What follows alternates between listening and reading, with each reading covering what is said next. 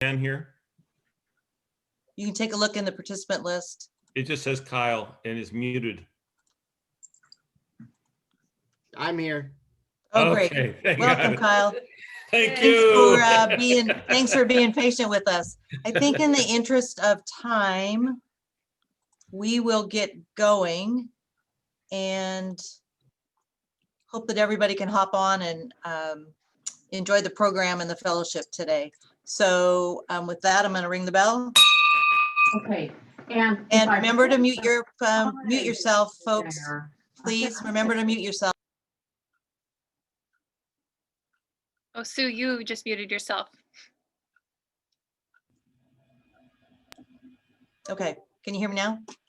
Yes. Okay, somebody poked my buttons. All right, so let's start with the Pledge of Allegiance, Okay. if we could.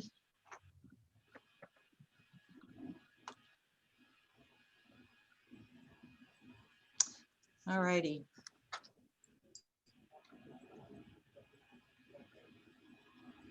All right. You see it? Yep, I can. I pledge allegiance to the flag of the United States of America and to the republic for which it stands, one nation, under God, indivisible, with liberty and justice for all. All right. Rabbi Eli, I'm looking forward to your invocation and words of inspiration today. Sure. So I'm going to share a poem by Padre Gotwama, who's a peace activist from Northern Ireland. And the poem is called Shaking Hands. Because what's the alternative? Because of courage, because of loved ones lost, because no more. Because it's a small thing, shaking hands. It happens every day. Because I heard of one man whose hands haven't stopped shaking since a Markande in Omagh. Because it takes a second to say hate, but it takes longer, much longer, to be a great leader. Much, much longer. Because shared space without human touching doesn't amount to much. Because it's easier to speak to your own hand than to hold the hand of someone whose side has previously described, proscribed, denied. Because it is tough. Because it is tough. Because it is meant to be tough. And this is the stuff of memory, the stuff of hope, the stuff of gesture and meaning and leading.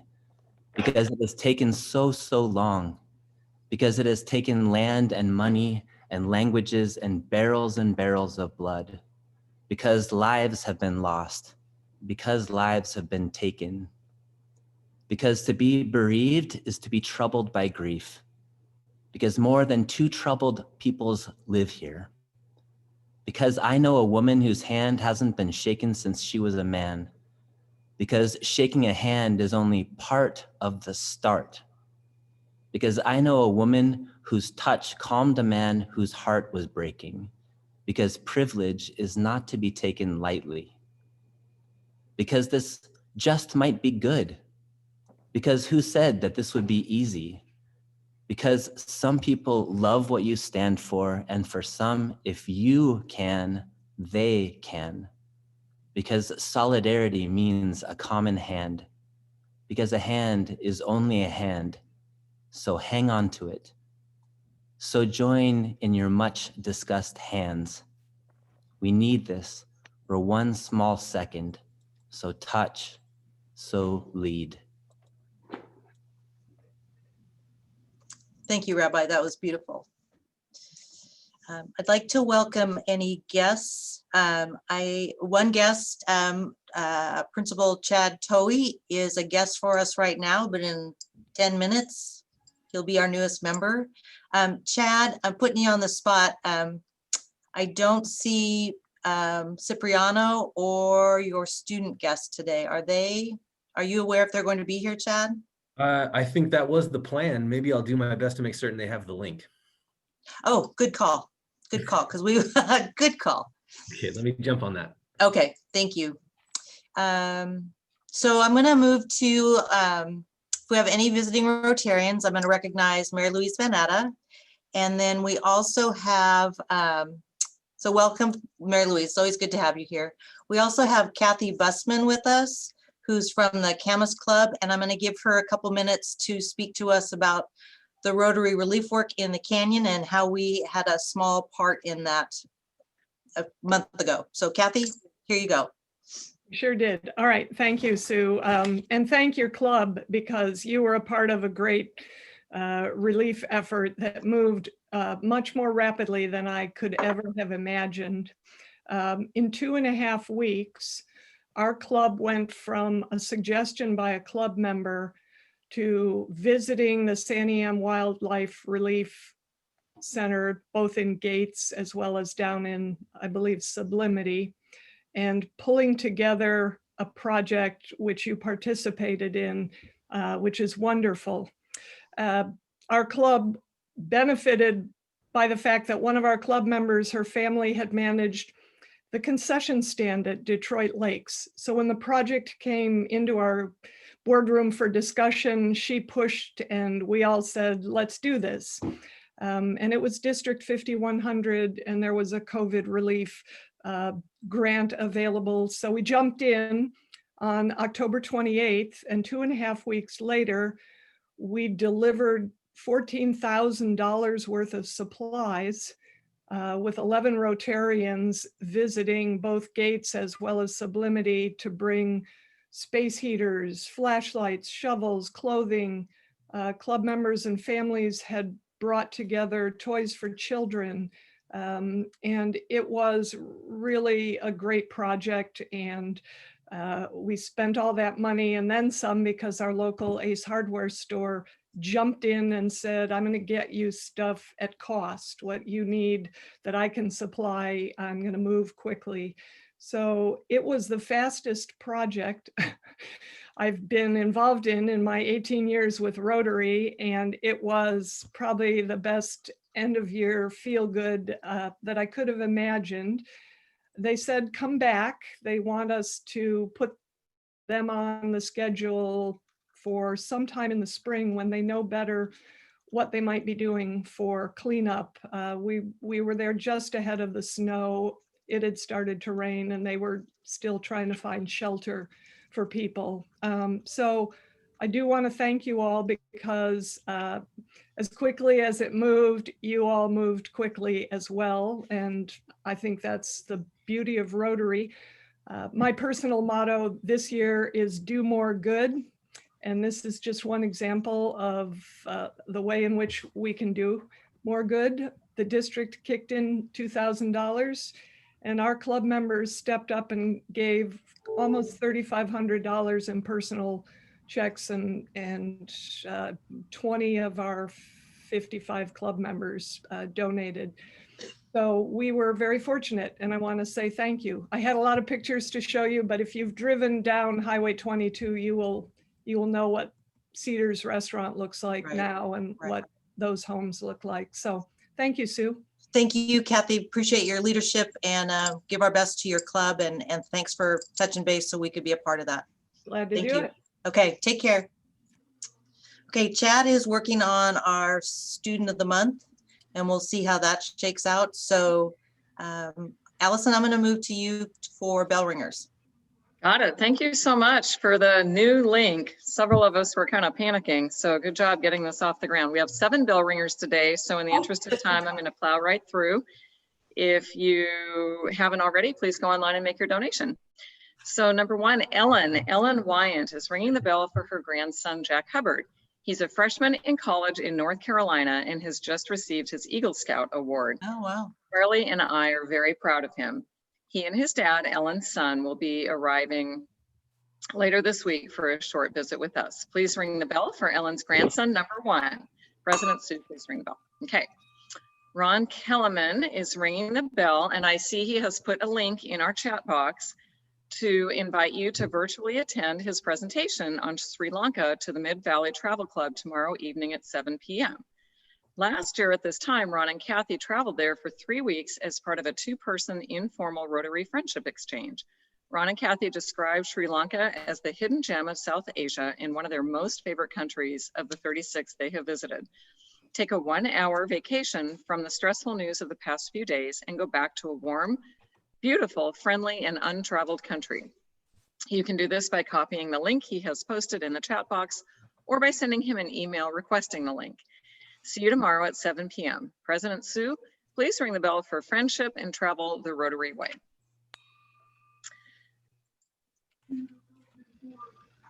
All right, Cindy Linesar would like to ring the bell for Salem Health and their COVID vaccination clinic. Salem Health mobilized their staff and resources to open the first vaccination clinic in Oregon. As of the end of the day, Tuesday, January 12th, Salem Health has vaccinated over 10,000 people. We are leading the way, and other health systems and counties are taking notice. Salem Health's leadership has provided our clinic plan to others so that they can replicate the amazing work that is being done in Marion and Polk counties. There is a great amount of misinformation out there.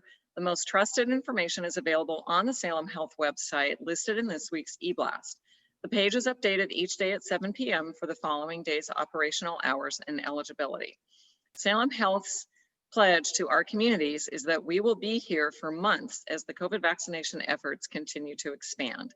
If you have questions, please email Cindy. And I am going to commit my organization to joining this bell ringer. So hats off to you, Cindy. And if anybody else wants to join this bell ringer, please put it in the chat and we'll try to catch you. And just don't forget to make your donation. So President Sue, please ring the bell. And then Tom Golden would like to ring the bell for Cindy Linesar, Salem Health, Katrina Rothenberger, Marion County Health and Human Services Program about the COVID vaccination. Tom says that our staff was able to get the vaccination last week, and we would thank everyone helping with the vaccinations for being helpful and friendly. The only side effect was soreness in the arm for a day. Please ring the bell for Salem Health and Marion County Health and Human Services. All right. And then Rick Galpo is ringing the bell for Emily Swart. Emily spent the last 8 years in fundraising with Western Oregon University, but as of the first of this year, Emily has joined Marion Polk Food Share as a donor relations manager. In this role, Emily will be working with donors to support our shared belief that no one in our community should go hungry. Rick is thrilled to have such a talented relationship builder join the Food Share. Please ring the bell for Emily. Congratulations, Emily and Marion Food Share. And then Tim Nissen would like to ring the bell for those glorious Rotarians who donated blood at our quarterly drive yesterday. They are Dawn Lule, Teresa Lule, Holly Berry, John McCulley, Roger Kirshner, Cindy Linesar, Tammy Denny, Pat Force, and Tom Golden. And Rotary friends who donated blood are Jennifer Ladd, Julie McCulley, and Mike Ferris. We filled all of our appointments and met our objective for the day. Our next drive is Tuesday, April 13th. President Sue, please ring the bell. Congratulations, everybody. That's awesome. And there's one more, and that's from me on behalf of Liberty House and, really everybody. President Sue, I would like to ring the bell in honor of all of you, of all of the Rotarians in this club and all Rotarians worldwide. All Rotarians who model the four-way test and the values of Rotary, respect for human dignity, being open-minded, honoring other cultures and perspectives, and promoting the best of what we can achieve as a human family. I also honor all those from all sides of all aisles who have stepped up to become elected officials. May we all dedicate ourselves to peace, civility, and upholding the principles of our democracy. President Sue, please ring the bell. Thank you, Allison. Well done. Thank you, everyone. So bouncing around some more. Laura Tiffin, would you please introduce our guest from North Salem High School that just joined us? Absolutely. President Sue and fellow Rotarians, it's my honor to introduce my first guest, Cipriano Mannion, who has been the migrant specialist at North Salem High School for over 20 years, and he's also the advisor at North's most engaged club, MECHA. He's an influential leader and a connector to our students who pursue their post-secondary education and opportunities because of his guidance. So please join me in welcoming Cipriano. Welcome. Thanks for joining us. So I think we're still waiting for our student. Good morning and thank you. Yeah, and we're still waiting for our student. Is that correct? Yes, Okay. I was having a hard time with the link, and Right. then I just got a new one from Mr. Toy, and I forward the link Okay. to Monica, and I'm asking her to let me know when she's Okay, in. well then you just let me know in the chat, if you would, when she's here, and we'll figure out where to plug her in, and we'll just keep charging through for now. So thank you, and thank you for joining us. The chat is scrolling, but someone said, Lauren, please make your announcement about new member orientation. Hi all, yes, just wanted to, Lauren Gutierrez, Salem Health. I just wanted to send out a quick announcement that next week, January 20th, so a week from today, at 5 p.m. we'll be having a new member orientation. So if you are new to our club or just want to learn more about our club, you're welcome to join us. It will be a Zoom meeting, we'll still be virtual. If you're interested, please give me a shout. I will put my email in the chat. And make sure that during the e-blast next week, we get some information out there so you get the link. Thank you. Great. Thanks, Lauren. That's exciting. We have a lot of new members coming on board. So, and I guess that's a great segue to introduce and have our newest member inducted into our Rotary Club.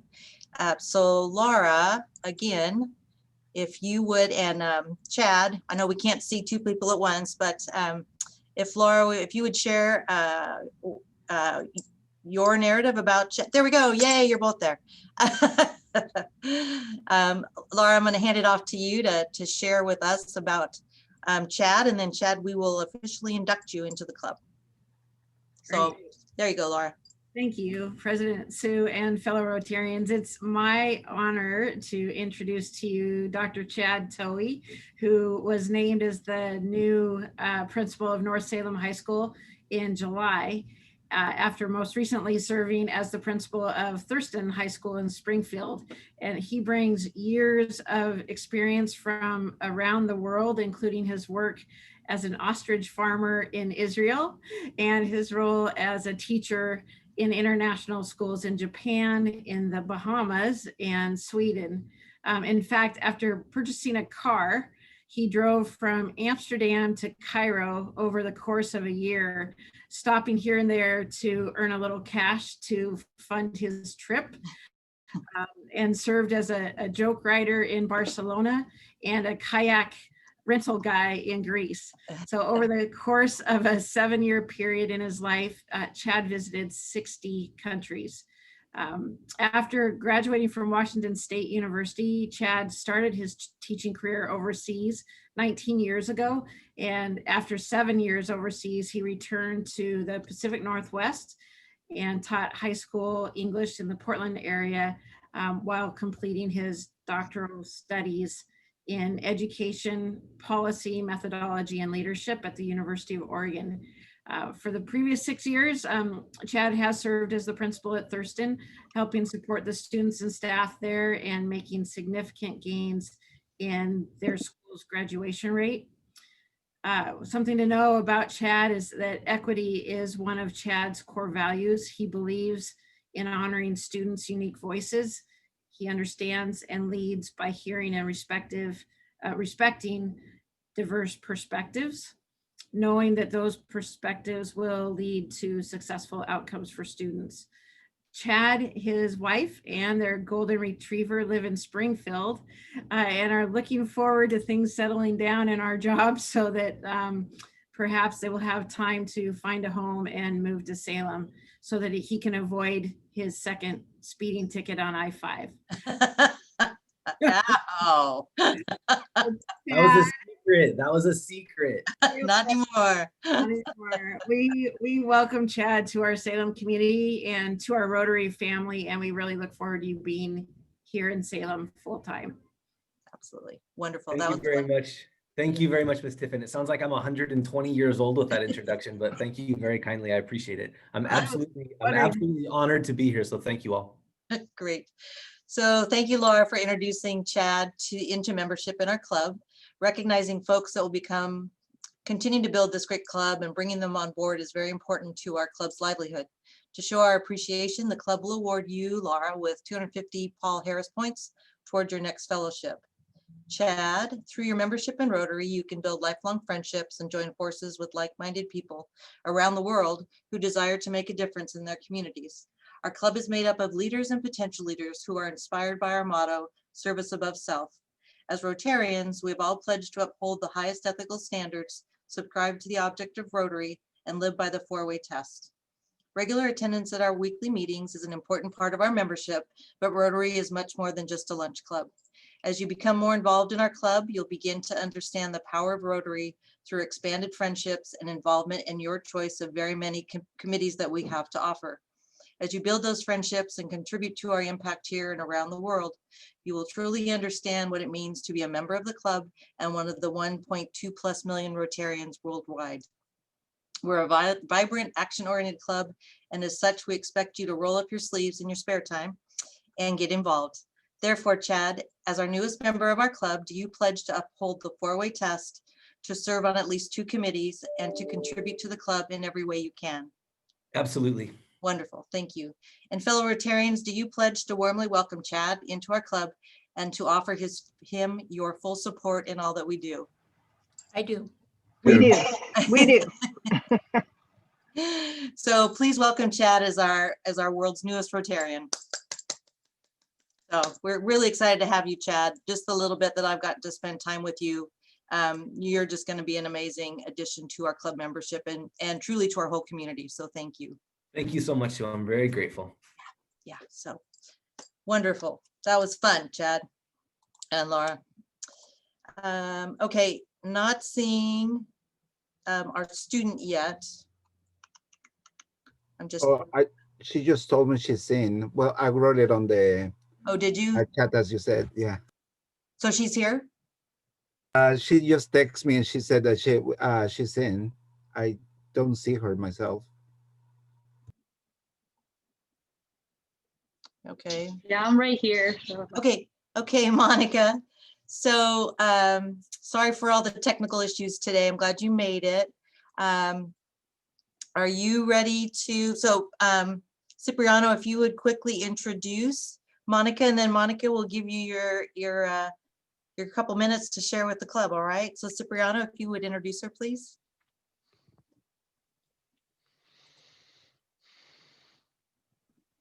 Oh, you're muted. Kyle, you're muted. Oh, yep, Cipriano, you're muted. Yes, I am sorry. First of all, I want to thank you all for giving me this chance to introduce Monica to your club. As you were told, I'm the advisor for the North Salem Mecha Club, and I have been the advisor for such club for the last 18 years. And so I have known Monica Gonzalez since she was a freshman. And so I have seen firsthand the level of commitment that Monica has for the betterment of this Salem community. And so I know you guys, I know the Rotary Club and your dedication to celebrate these young people, their services and their accomplishments. So I thank you all for this. And, you know, I just want to say thank you much from the bottom of my heart for celebrating on this day, Monica Gonzalez Cantor. Wonderful. Then off to you, Monica. First of all, just thank you for having me here. Like, I really appreciate it. From my experience with the service above self, I've been involved in many clubs in our school, including like Mecha, SGLA, also outside of school, as in YLC, Face of America, and I've helped out as much as I can, from giving, donating, giving like gift baskets to those families in needs. For my plans in the future, I want to be like an accountant or like something in finance with business to help businesses grow, because I've experienced in firsthand where I used to volunteer at Faces of America.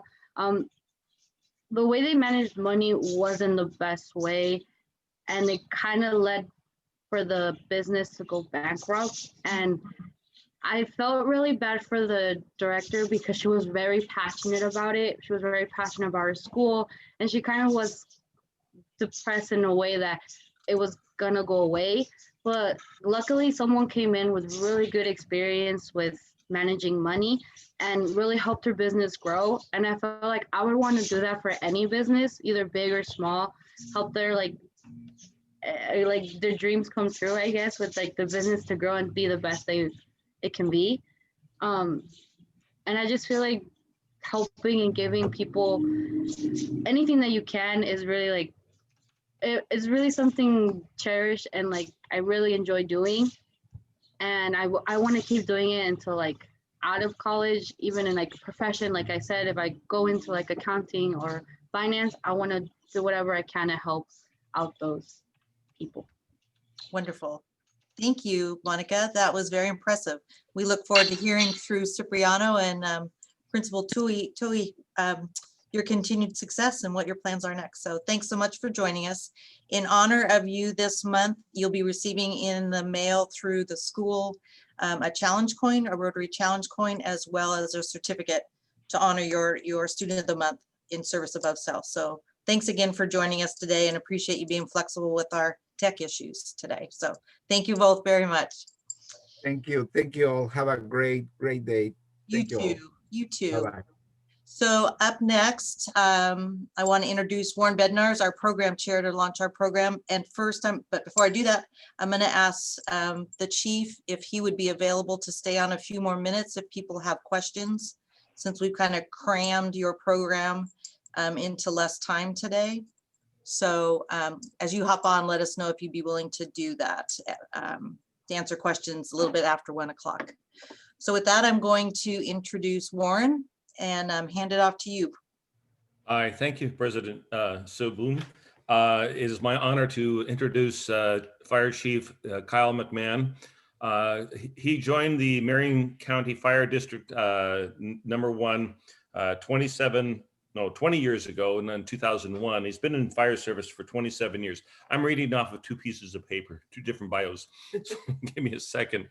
As an engineer paramedic, after completing the Chemeketa Fire Protection Fire Program and UMQUA paramedic program, he has served in several capacities over his years career, including firefighting, engineer, captain, emergency medical services operations, captain, battalion chief, and as a deputy fire chief. He also serves as the task force leader for the Marion County Fire Defense Board, which is known as the Wildlife, Conflagrations. He lives in Salem. He's widowed. He has a daughter who's in college studying nursing, and he has 2 German Shepherds like that, and a few cats with attitudes. I also like that as well. So on to today with the presentation. I'd like to introduce our virtual head table, 2 of which people are not here today because of other reasons, but one is going to be John Totten. John and Susanna Owens, life partners, are viticulturists, and they had a bountiful amount of smoke impacted grapes this year, which is likely to prove to be a very good vintage for this year. So I'm bringing John into this because of the smoke. Susanna, on the other hand, was once owner of Cain's Marina, which was heavily impacted by the fire. I talked to the Cain's Marina today. They are planning on being open this coming summer. It won't be quite the same way as it was before. The marina itself is intact. It was the building that was destroyed. So that's a great thing. The third person that I invited to the head table was our own fire chief for the city of Salem, Mike Niblock. So let's give a round of applause to the head table. So on to our chief. I'd like to turn it over to our fire chief, Marion County, Kyle McMann. Unmute yourself. Yeah.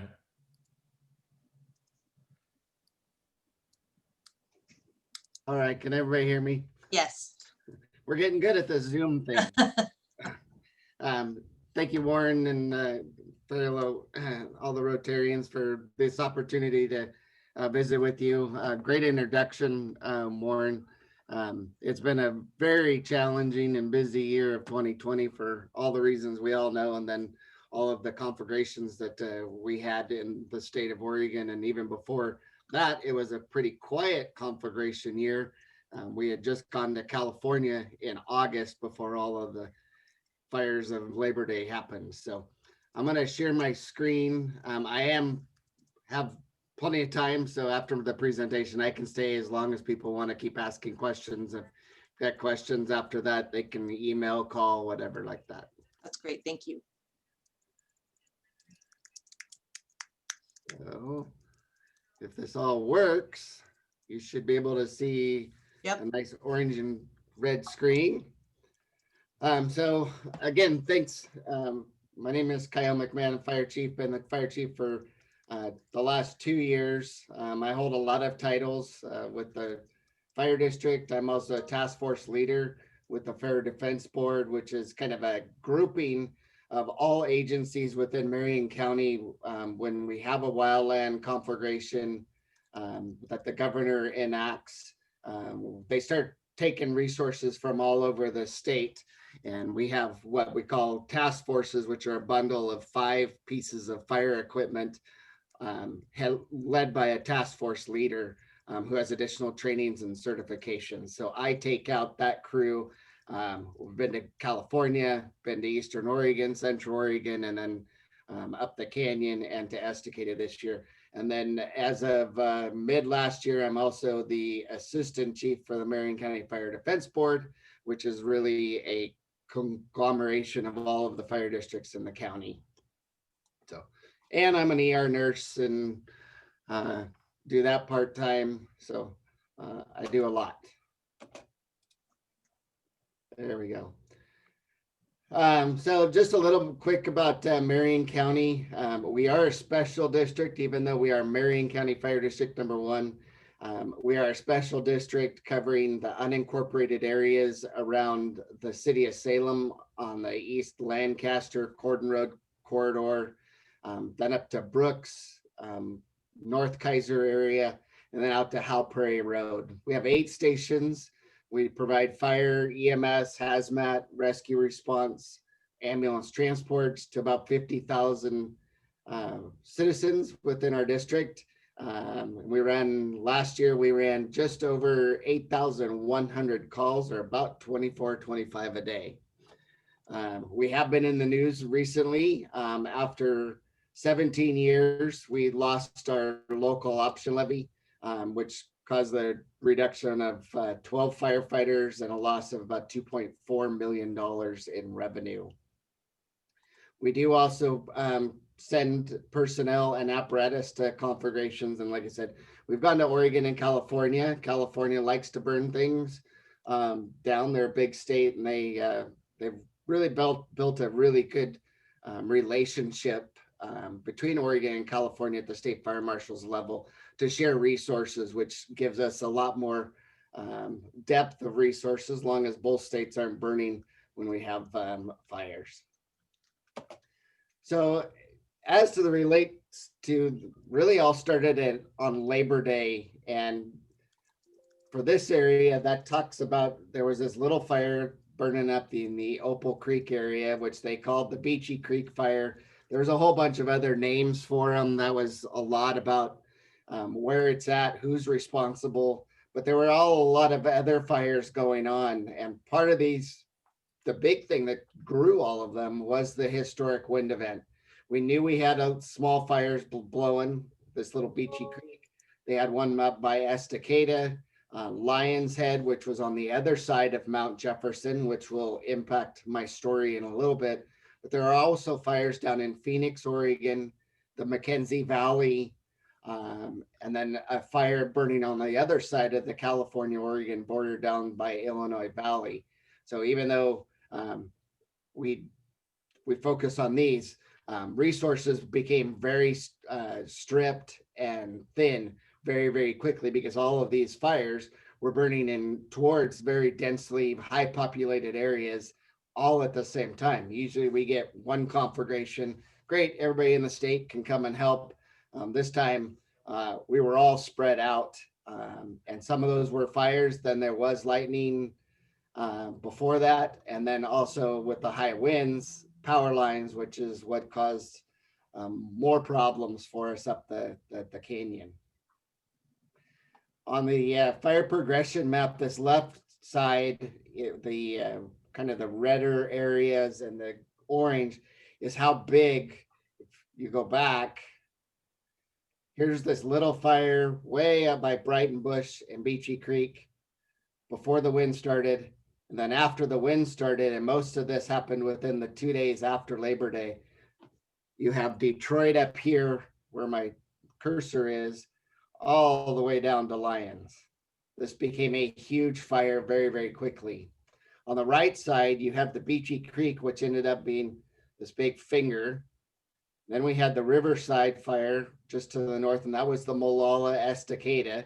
They came very close. And then you have Lions Head that came, remember, all the way from the other side of Mount Jefferson and came through Marion Forks to the back side of Detroit. And that's the fire that actually took out Detroit. It was not the Beachy Creek. It was Lions Head that came behind Detroit and wiped it out. That was about a 38-mile run that it made. So these became very big fires. Luckily, the winds died down because this easily could have made it all the way to the edge of Salem before we could have stopped them. Wildland fires and wind, that's what spreads them. And most of the time we just have to get out of the way of the front.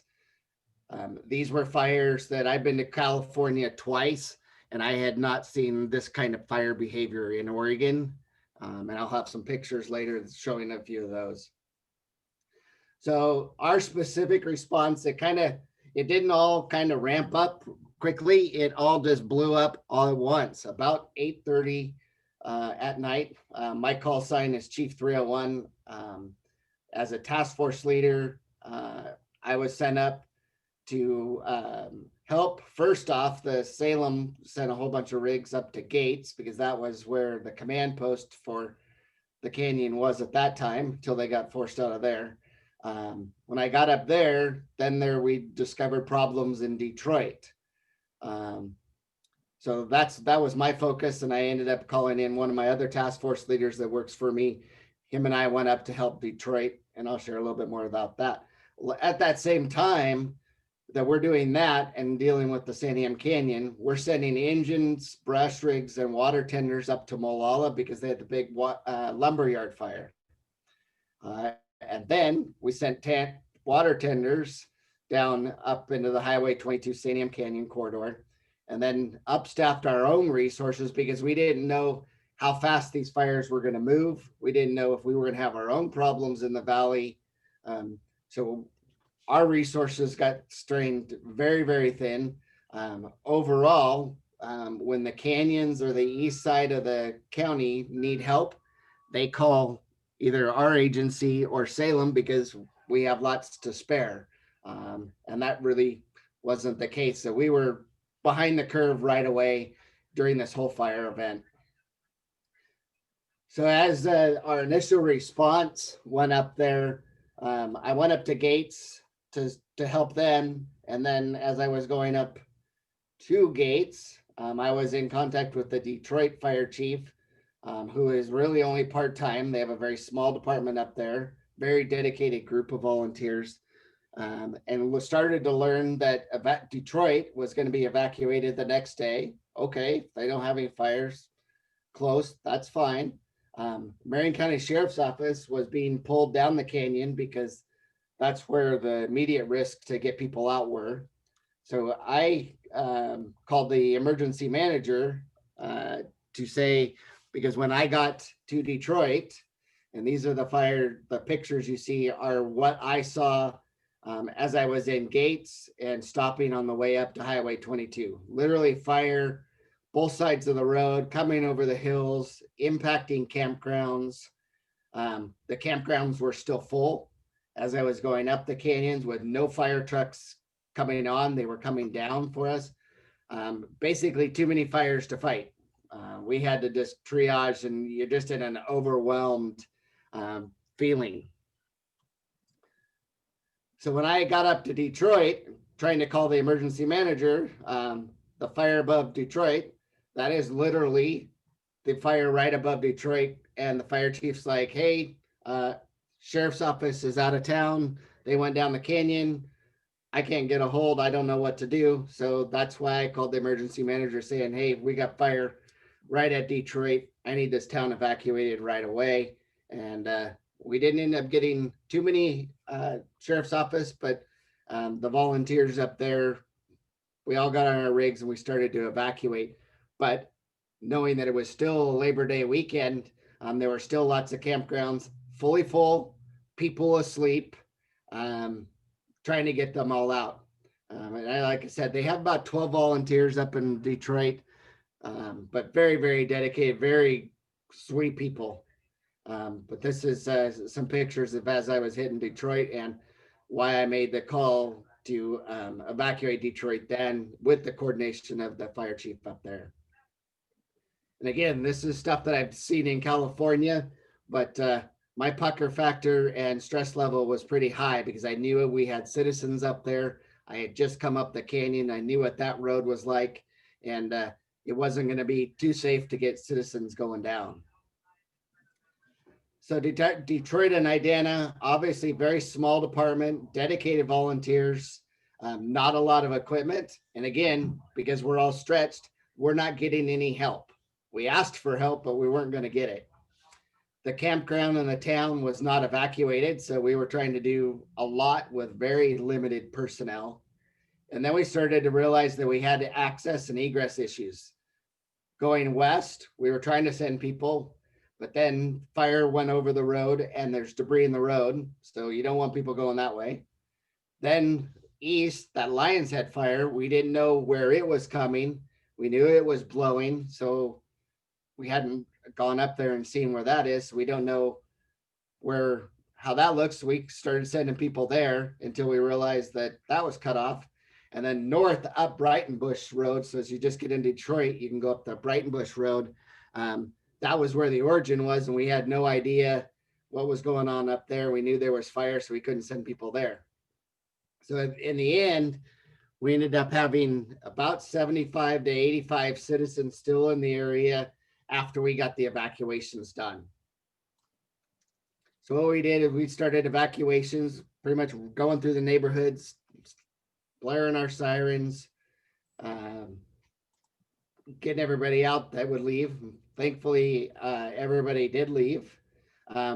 We needed to find out where that fire was, especially the Lions Head, because we knew Beachy Creek was going down the canyon, but we didn't know where the fire was coming from the east towards us.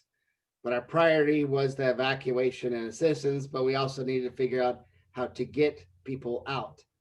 This picture on the right is Detroit on Tuesday before we all left, just socked in, looked just eerie red. Everybody probably remembers that, even Salem looked like that those following days. So Tuesday morning, we spend all evening and overnight evacuating. We ended up with about 76 citizens that we couldn't get out. We didn't want to send them on their own out. So we started to shelter at Mongold State Park. And that's where my stress level and the other firefighter stress level goes up, because now we're not just responsible for our firefighters. We have training, we have equipment. We have these 76 citizens that are looking to us to protect. So we needed to come up with a plan.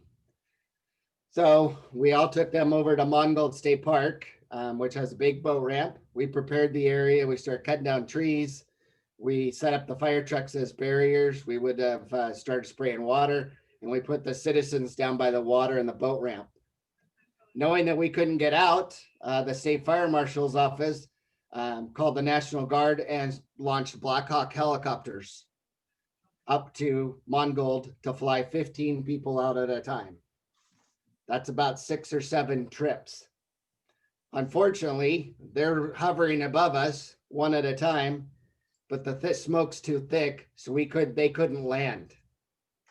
They tried for about an hour trying to land, waiting for a clearing, and finally called them off. So now we're in a position where we got a shelter in place and we're going to let this fire blow over the top of us. That's when it gets really stressful. And it's like, oh my gosh, I can deal with myself, but we're all responsible for all these citizens as well. So over on the Lion's Head fire, we got in communication with their operations chief, and they gave us some not so good news that the road was not passable going east, which we knew, but all the way up to Hoodoo. We also learned that there was fire on the hill above the Detroit, but we could not see it nor hear it. So that's a problem. Going east, it's different for the fire department to go through an area because we can kind of navigate, but when you have 76 people and about 40 cars, you don't want to be doing that and put them in a position where they can become trapped. So the Lion's Head personnel ended up clearing Brighton Bush Road enough that we could evacuate the citizens. So we drove them about 1 o'clock in the afternoon up that road to either a cutoff to go over to Madras and Redmond, or some of them followed us all the way up to Highway 26 to get out. At that time, a few of us and what they call the structural group from Lion's Head were going to protect Detroit. The incident commander said, hey, that's not going to happen because you have fire above Detroit and it's going to go blow right over the top of you. So everybody left, including all of the Lion's Head personnel.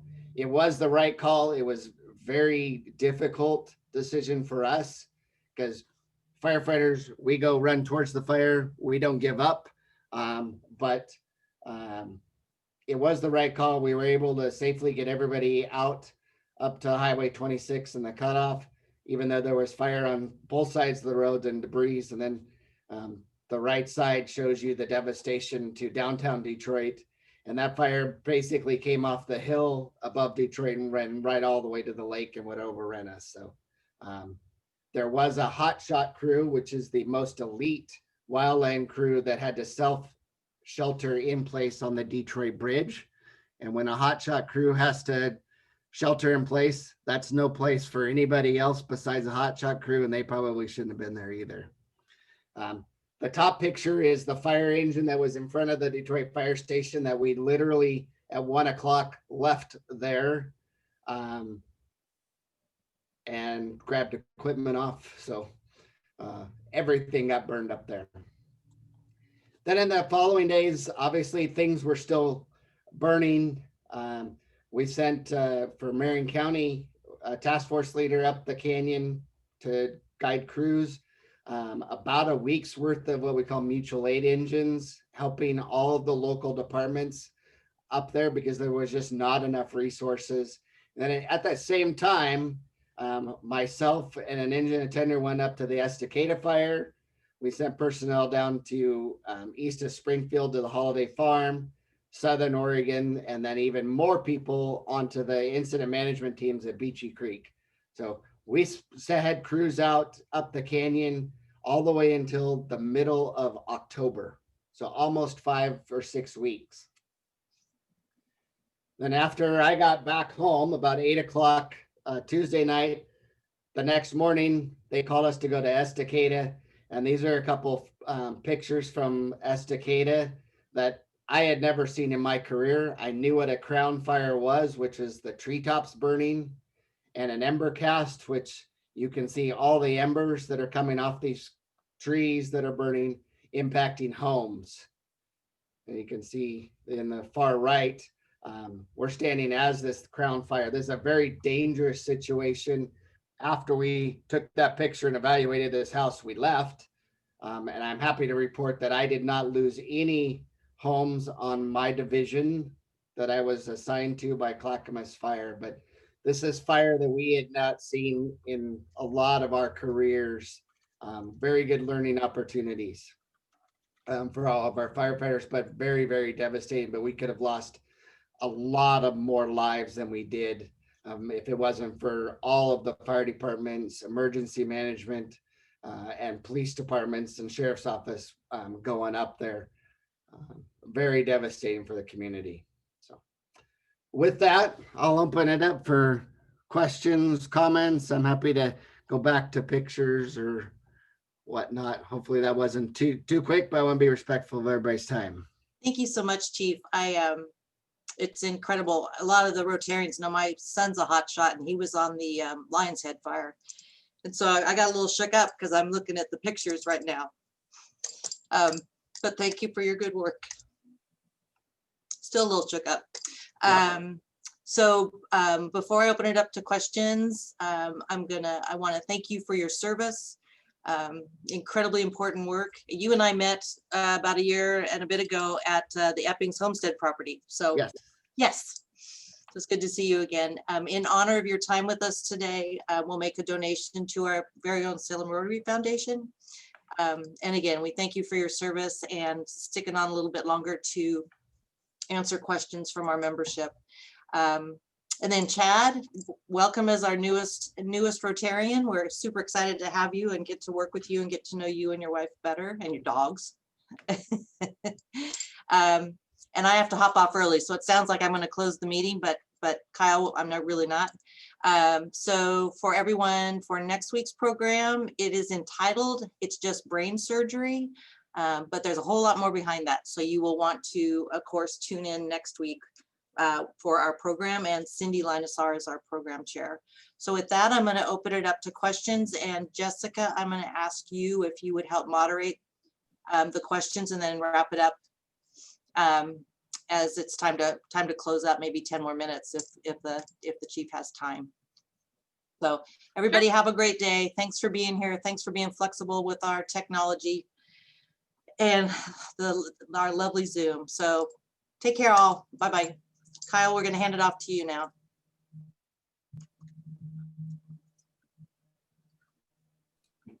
Thank you. My pleasure to present to that. And I can appreciate the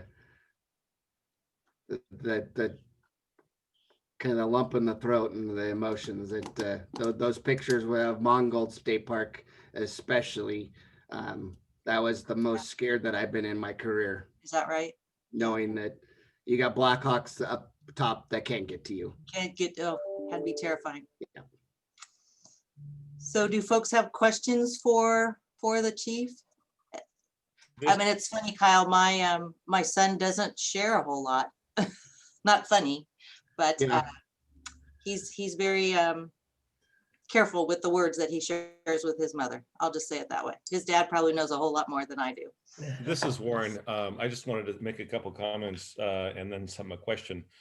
Lynn and I have a rather large boat that we keep up and we spend 30 days a year on the lake overnight most of the time. So we're not at the dock, but we know that area very, very, very well. Was surprised because we have returned one that they've harvested a lot of the burned logs. I see them going down the road. I've seen them on the side of the highway up there, as opposed to what happened up in the Santiam Pass where they let them go.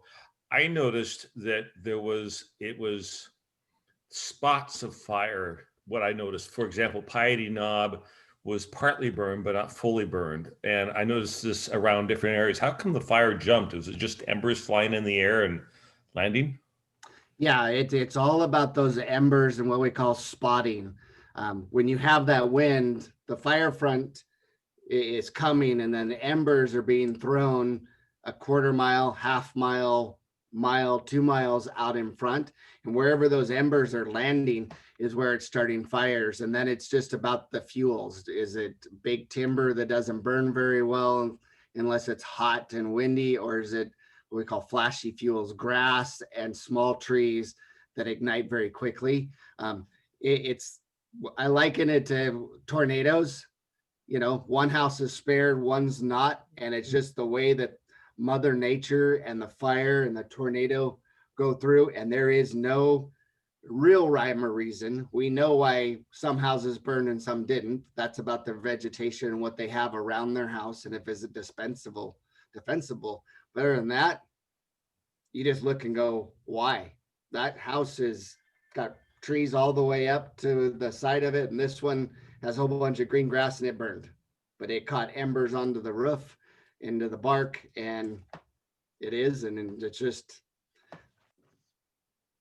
you just shake your head and why, and you'll never know why, because it's a living, breathing animal. If anybody's seen backdraft before, it's a living, breathing animal that you try to understand, and at the end of the day, you don't. And when you let your guard down, it will get you. And a lot of those logs, a lot of this land was Forest Service and ODF land, and they are ODF. There, a lot of those trees, only that bark got burned. The majority of the lumber in the middle is still salvageable, versus up on the top, with all the beetles and stuff, it was just not able to be harvested. And a lot of those trees, and I believe that the number is 100,000 trees need to be taken down for safety purposes along that corridor. I have a question. Yeah, this is Tim Murphy. Like Warren, I have a boat at Detroit. Luckily, I got it out in time. First of all, Kyle, that was an excellent presentation. That's the best. I've seen several of these in the months, and that was the most cogent and most informative one. So thank you, and thank you for being a hero. You just mentioned something about ODF and the Forest Service, and there was some Monday morning quarterbacking right after the fire about some dissension between those two organizations around jurisdiction. Was there any truth to that, or is that just, like I said, Monday morning quarterbacking? I think there's a lot of Monday morning quarterbacking going on this fire. And overall in the wildland area, everybody has their own levels of jurisdiction. You have the Forest Service, you have ODF, you go over east, then you throw in the BLM, and they're very jurisdictions, and unless it touches our land, we're not engaging. So there is some jurisdictional issues. I can tell you from our standpoint, structurally, for structural resources, we went up and engaged and tried to protect people and homes and leave all that jurisdictional stuff to the higher ups, and all the forest stuff, and they can get it out. But there's a lot of questions. We were supposed to have some after action review, and those have been delayed because of potential litigation going on because of all the Kyle? news and causes and how big and who sat on it and who didn't. Right. Okay, thank you. You're welcome. Kyle, Ron Kellerman here. Do you think that there's now a bright side as far as your district goes, and that maybe the next time you have an election for a levy, that the voters will pass it? We were saddened to see that the local option levy failed. And we went out in May of 2020, obviously before the fires, and that had failed. And we drew our number back for amount in November, and those fires were all over the news, and we improved. We only lost by like 800 votes. So I think that the fires did help. But I think, COVID, people out of work had a big issue as well. But I think overall, these fires have put a spotlight on the first responders and, things that we need to do to make sure our communities are safe. This isn't just California. It's not Central Oregon or Southern Oregon. These things can happen in our backyards, and, hopefully people will realize that and, support the fire departments if they can. Chief, I have a question for you. I actually had a vacation home up by the golf course up there on the Little North Fork Road. We lost it to the fire. It's amazing the power of. There was nothing left. There was nothing left of the house, which blew my mind. My question to you, sir, is back to sort of the Monday morning quarterbacking that I had heard after the fact, which kind of irritated me. But I wanted to know what you had to say. There was a lot of criticism of whoever was handling the fire when it was up above Opal Creek. you know, when it was way up, and my understanding was in terrain you couldn't get to, and it was very difficult to completely extinguish. And there had been a decision because of the terrain that they couldn't get to, and they were just going to let it wait until the rains came and it would be done. Is that, I just would like you to address that area if you have any knowledge of that, because there's a lot of criticism about people, well, that they didn't do their jobs. Yeah. And I didn't. Yeah, there is a lot of criticism. There's a lot of, you know, Monday morning quarterbacking on that. You know, each of those agencies that have jurisdiction have different philosophies about how they fight fire. Generally, if it's in the middle of a wilderness for the National Forest Service, they will watch fires because it is fire is beneficial to the ecosystems. And there is times that we just can't get into areas, especially on the wildland side. You just can't get people down there. It's not safe. You know, one thing for the Beachy Creek fire, and this is stuff that's still being under investigation. This is why they haven't really said, you know, where are all the starts, because some of these fires, you know, it was the Beachy Creek that they were watching, but there was also power lines down like in Gates. Power lines went down at the command post for that fire, which started more fires. So where does it all come together? And that's why it's still under investigation. There's not a formal answer, but you know, based on where it is, they will watch things, and that is a common theme across the country for the Forest Service. I can't necessarily say about their, you know, specifically for this fire, but there were other starts that caused this fire to get bigger. Thank you. And I know North Fork, you know, I'm sorry for your loss there. I know several people that lost homes, cabins, trailers up there. It roared through North Fork. It had a lot of wind on it. And it just went through there. And like you said, they're just total devastation. It just takes out everything. Yeah. We had heard that it was going at about 60 miles an hour in that area. They couldn't outdrive it. Yeah, that's why you know, you got to let those fire fronts come through and then come in behind, see if you can save anything, because you'll get yourself killed doing it. Chief, I have a question about cleanup and fuel. You mentioned, you know, add to a forest fire and a fire of this magnitude. Am I coming through? I'm wondering if there is a change in how we will manage and clean up after this fire and remove the fuel that could potentially be harmful in the future. I think that's going to be a very big discussion on several fronts. One is, as things are rebuilt, what fire codes are they going to be brought to? You know, do they have to what the age of the building was, or if they're up to new standards? I was on what they call a cooperators meeting in December with the Department of Forestry and landowners up there. There is a very big discussion on, you know, selective thinning, forest practices. And then if you go over to Lake Sisters, they do what they call prescribed burns. They clean the understory stuff and they leave the big trees.